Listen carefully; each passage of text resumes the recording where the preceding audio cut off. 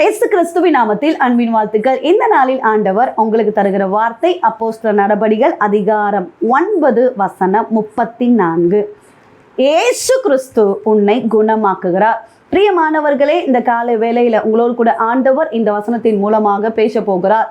அநேக வருடங்களாக பலவீனத்து நிமித்தம் நீங்க வேதனையோடு காணப்படலாம். என்னுடைய பலவீனம் இத்தனை வருடங்களாக இருக்கிறது, இத்தனை வருடமா இப்படிப்பட்ட இந்த பலவீனத்துக்காக நான் மெடிசன் சாப்பிட்டு கொண்டிருக்கிறேன், ஹாஸ்பிட்டல் அலைந்து கொண்டிருக்கிறேன், ஆனாலும் எனக்கு ஒரு குணமாகவில்லையே என்று சொல்லி வேதனையோடு இந்த வார்த்தையை நீங்கள் கேட்டுக்கொண்டிருக்கலாம். பிரியமானவர்களே, இயேசு கிறிஸ்து உங்களை குணமாக்குகிற தகப்பனா இருக்கிறார். அப்போஸ்தலர் நடபடிகள் 9வது அதிகாரத்தில் இந்த சம்பவத்தை நம்ம வாசிக்கும் போது 8 வருஷமாய் கட்டளின் மேல் திமிர்வாதம் உள்ளவனாய் ஐனேயா என்ற ஒரு பேருள்ள ஒரு மனுஷன் இருக்கிறான். எத்தனை வருடம்? 1 வருடம் 2 வருடம் அல்ல, யோசித்து பாருங்க. 8 வருடமாக திமிர்வாத வியாதி.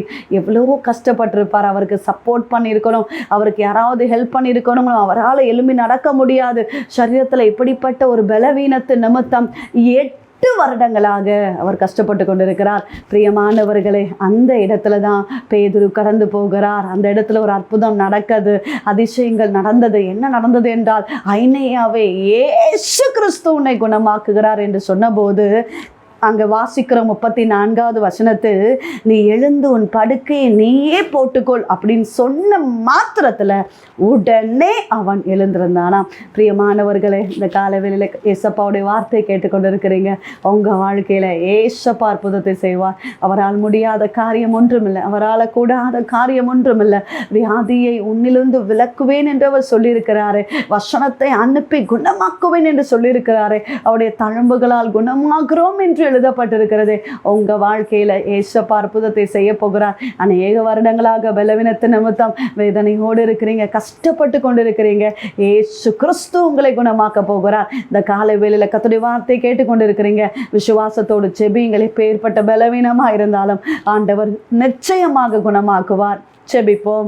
எங்களை நேசிக்கிற எங்கள் நல்ல தகப்பனை, இந்த கால வேலைக்காக நன்றி செலுத்துகிறோம். கர்த்தர் தந்த நல்ல வார்த்தைக்காக நன்றி அப்பா. 8 வருடமாக பலவீனத்தின் நிமித்தம், இந்த பலவீனம் வந்தது நிமித்தமாக 8 வருடமாக பாதிக்கப்பட்டு கொண்டிருந்த ஐனேயாவுக்கு ஒரு விடுதலை தந்தது போல தேவ பிள்ளையுடைய வாழ்க்கையில் ஒரு அதிசயங்கள் நடக்கட்டப்பா. அநேக வருடங்களாக இந்த பலவீனத்தின் நிமித்தம் வேதனையோடு தவித்து கொண்டிருக்கிறாங்க சுவாமி.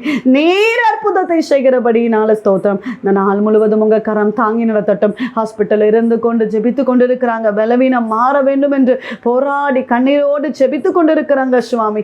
நீர் அற்புதத்தை செய்கிறபடியினால ஸ்தோத்திரம். நல்ல சுகபலன் ஆரோக்கியத்தை தருவீராக. இந்த நாள் தேவன் நீர் கொடுத்த விடுதலைக்காக ஸ்தோத்திரம் ஆண்டவரே.